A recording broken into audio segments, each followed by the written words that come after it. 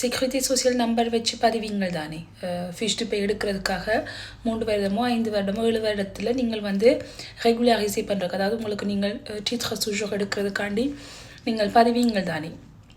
So அந்த பதிவு, அந்த சேமு நம்பரை வச்சு பதிகிற அந்த பதிவு இருக்குது தானே, அது வந்து இல்லீகல்.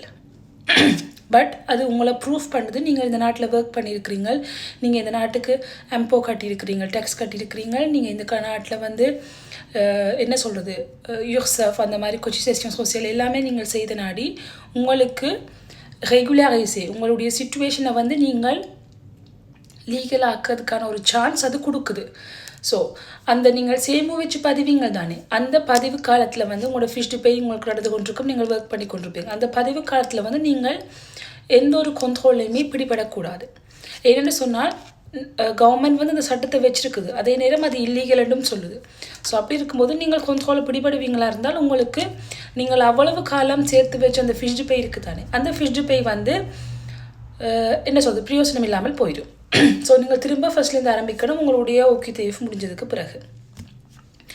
இன்னொன்று இருக்குது, இப்போ உங்களுடைய பத்ஹோன் இருக்கா தானே, நீங்கள் யார்கிட்ட ஒர்க் பண்ண போகிறீங்களோ அவைய.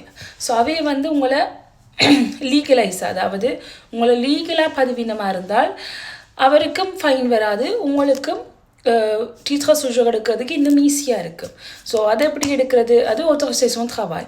அது வந்து நீங்கள் ஃப்ரான்ஸ் ட்ராவாயில் பதிஞ்சு, அது நீங்கள் ரெண்டும் கூட பத்ரோன் பதிஞ்சு, அதுக்கு பிறகு ஆஃபர் டு மோட் பப்ளிசிட்டி பண்ணி, அதுக்கு பிறகு அட்மினிஸ்ட்ரேஷன் எட்ராஞ்சர் ஆன் ஃப்ரான்ஸில் ஆத்தரைசேஷன் ட்ராவாய் கேட்கணும். கேட்டு ஒரு மாதத்துக்குள்ளே அதுக்கான ரிப்ளை வரும். கூடுதலான பேருக்கு கிடைக்கும், ஒரு சில பேருக்கு கிடைக்காது. அது அந்த கடையை பொறுத்து, அவர்களுடைய வருமானத்தை பொறுத்து, அவர்களுக்கு ஏதாவது அமௌண்ட் இருக்கா இல்லையா, கடையில் ஏற்கனவே கண்ட்ரோல் வந்திருக்கா, அதெல்லாம் பார்த்து அந்த முடிவை எடுப்பினோம். ஸோ அப்படி அந்த ஆத்தரைசேஷன் ட்ராவாய் உங்களுக்கு எடுத்ததுக்கு பிறகு உங்களுடைய பத்ரோன் உங்களை வேலைக்கு எடுப்பாராக இருந்தால் நீங்கள் வந்து லீகலாக ஒர்க் பண்ணுற ஒரு ஆள். ஸோ அந்த டைமில் உங்களுக்கு விசா எடுக்கிறது மீசி, அதே நேரம் உங்களை கண்ட்ரோல் பிடிக்கவும் முடியாது. என்னென்னா நீங்கள் போலீஸ் மூலம், அதாவது ப்ரிஃபெக்சர் மூலம் உங்களுக்கு சொல்லியிருக்கணும் நீங்கள் லீகலாக ஒர்க் பண்ண முடியுமென்று சொல்லி. பட் அதுவே நீங்கள் செக்யூரிட்டி சோசியல் நம்பர் மூலம் ஒர்க் பண்ணுவீங்கன்னு சொன்னால் நீங்கள் ஒர்க் பண்ணுற அந்த பேப்பரை வச்சு நீங்கள் பிறகு கேட்கலாமே தவிர, பட் அந்த டைமில் நீங்கள் லீகலைஸாக ஒர்க் பண்ணுற ஒரு ஆள் கிடையாது. ஸோ உங்களை எப்போ போலீஸ் பிடிச்சாலுமே உங்களுக்கு ஊக்கி தேஃப் தரதுக்கான நிறைய சான்ஸ் இருக்குது. அதான் இந்த 2 விதமான autorisation de travail and sécurité sociale fiche de paye-க்குமான டிஃப்ரென்ஸ். ஸோ அதை நீங்கள் ஃபஸ்ட்டு விளங்கி கொள்ளணும். ஸோ ஃபிஷ் பே எங்களுக்கு இருக்குதானே, எங்களை போலீஸ் பிடிக்க முடியாதான்னு சொன்னால் இல்லை.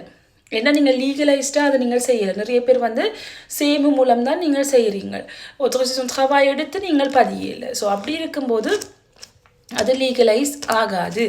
ஸோ எப்போ உங்களை போலீஸ்